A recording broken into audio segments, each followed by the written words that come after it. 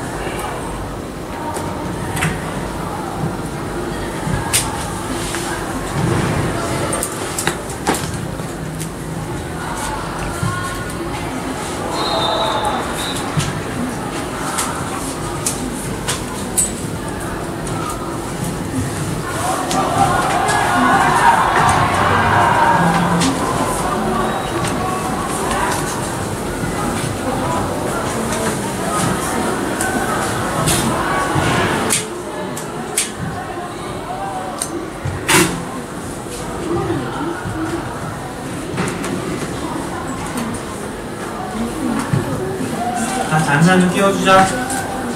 잔산 일어나라. 옆에 친구 좀 끼워줘. 옆에 좀 끼워.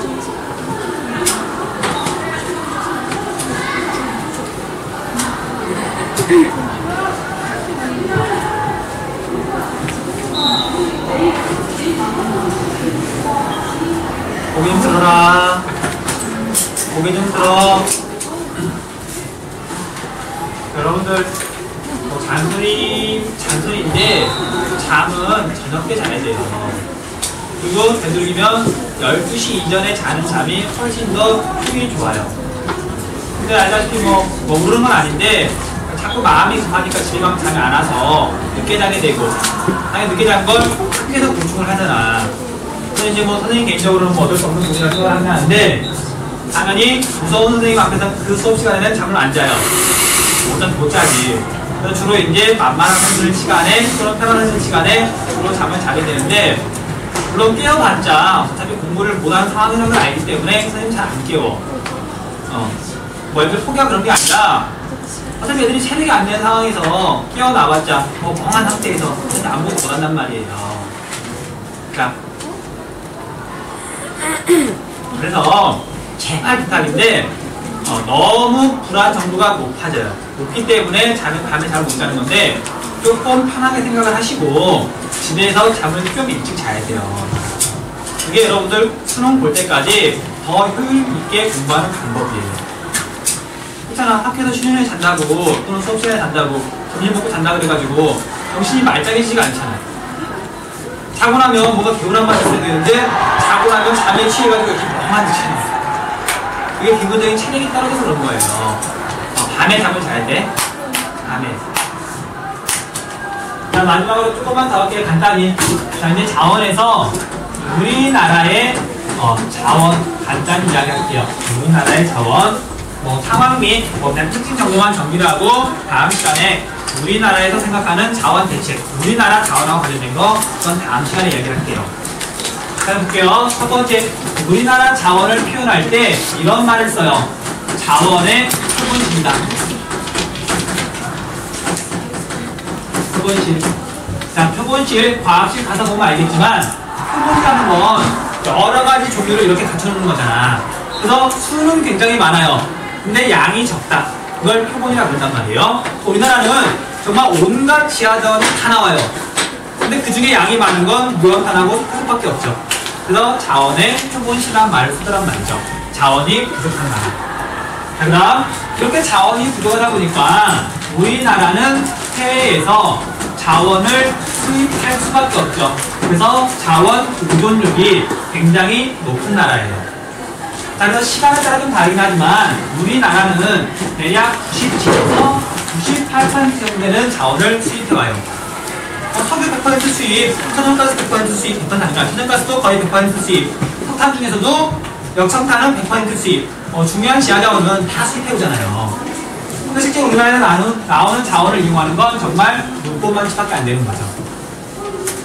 자, 그 다음에 자, 이렇게 해외 의존율이 높은 것도 문제긴 한데 우리나라는 자원의 효율성도 떨어져요. 효율성도 떨어지더라. 자, 무슨 소리냐면, 자, 선생님 지금 정확한 숫자는 기억이 안 나는데, 100달러의 부가가치를 생산하기 위해서 들어가는 에너지가 있을 거 아니에요. 근데 예를 들면, 100달러를 생산하기 위해서, 일본은 예를 들면, 100톤의 석유를 쓴다. 근데 이제 우리나라 같은 경우에는 이것보다 대략 3배 정도, 4배 정도 더 많은 석유를 써야 100달러를 벌어요. 그러니까 산업 구조 자체가 에너지를 되게 많이 쓰는 구조인 거죠. 이거 뭐 IT 산업, 뭐 첨단 산업 이게 많이 발전했다고 아무리 말을 하더라도 실제로 보면 효율성이 굉장히 떨어지는 구조란 말이에요.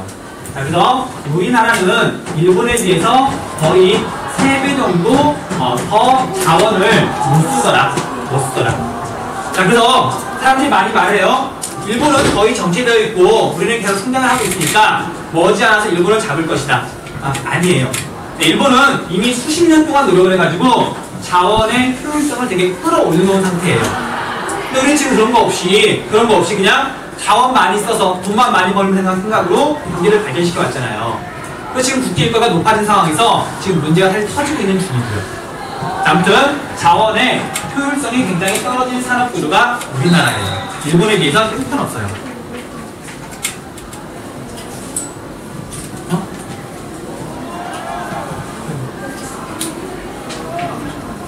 대책. 여기는 주로 문제점들. 자, 우리나라 자원 특성은 그냥 문제점이야. 자원이 없으니까. 자, 그 다음에 자, 우리나라는 식량 자급도가 높다 낮다. 우리나라 식량 자급도가 높다 낮다. 높으면 문제가 안 되겠지. 자, 우리나라는 식량 자급도가 굉장히 낮은 나라예요. 자, 우리가 먹는 자원을, 식량을 100이라고 했을 때, 그 중에 대략 23에서 24% 정도만 우리나라에서 생산하는 거고, 4분의 3 정도가 외국에서 수입해와요. 여러분 착각하는 게 뭐냐면, 착각이라기보다는 이제 오해했던 게 뭐냐면, 식량이라고 하면 대부분 학생들이 쌀만 생각해요. 자, 쌀의 자급도는 100%가 넘어가요. 그러니까 요즘 쌀값 떨어진다고 난리잖아요. 자, 쌀만 100%가 넘어가고 밀 같은 경우에는 0.0 몇 %. 콩도 마찬가지고 옥수수도 마찬가지고 대부분의 식량 자원들이 거의 100% 수입이잖아. 자, 시장 가보면 알겠잖아요. 전부 다 중국산이라고 써있잖아요. 국산 별로 없고. 그치? 자, 그래서 이 부분 머지않아서 또 문제가 될 것 같은데 일단 지금은 넘어갈게요. 좀 이따 다음 시간에 이야기를 할게요. 자, 그 다음에 마지막으로 우리나라는 수자원, 물이 풍부한 나라다, 부족한 나라다? 부족해요. 우리가 체감해요? 물 부족한 것 같아? 안 체감해요. 그러니까 언론에서는 그런 교과서나 뭐 그런 데서 자꾸 물이 부족하다고 그러는데 우리가 느끼기에 물 부족한 것도 아닌 것 같아요. 자, 물론 지역에 따라서 또는 우리나라 기후 변동이 심하니까 가뭄이 드는 지역도 있단 말이에요. 그래서 물이 뭐 아주 풍부하다고 말하기 좀 힘들어도 기본적으로 우리나라는 다우 지역이잖아. 비가 많이 오는 지역이잖아. 물론 하계 강수 분도가 높기 때문에 수자원 이용률은 좀 떨어져요. 하지만 분명히 우리가 뭐 물이 부족하다 그걸 심각하게 못 느끼잖아요. 1년 내내 수도꼭지를 쓰면 물이 나오잖아요. 자, 그래서 자, 이거 뭐 어떻게 생각할지 모르겠는데 혹시 뭐 시험 문제에서 나오게 되면 우리나라는 물 부족하다고 대답을 해야 돼요. 자, 이게 그 답이고 실제로는 이건 약간 왜곡된 게 있더래요. 자, 선생님 동기 중에 하나가 수자원공사에 인류래요. 그 수자원공사 애들은 근데 걔네들 존재의 가치가 점점 커지려면 물이 점점 그러니까 물이 중요하다고 이렇게 홍보를 해야 되잖아요. 우리나라 물이 넘치는 거잖아요. 그러면 수자원공사의 그런 가치가 중요성이 별로 안 생기잖아. 그러니까 수자원공사 자체에서도 자기들도 안 돼요. 물이 그렇게 부족하진 않은데 이걸 약간 크게 뻥튀기까지 이야기를 한대요. 그래야 자기네들이 뭐 월급도 좀 올라가고 중요성이 점점 커지니까. 아무튼 우리나라는 물도 부족한 국가더라. 그렇게 알고 있으시면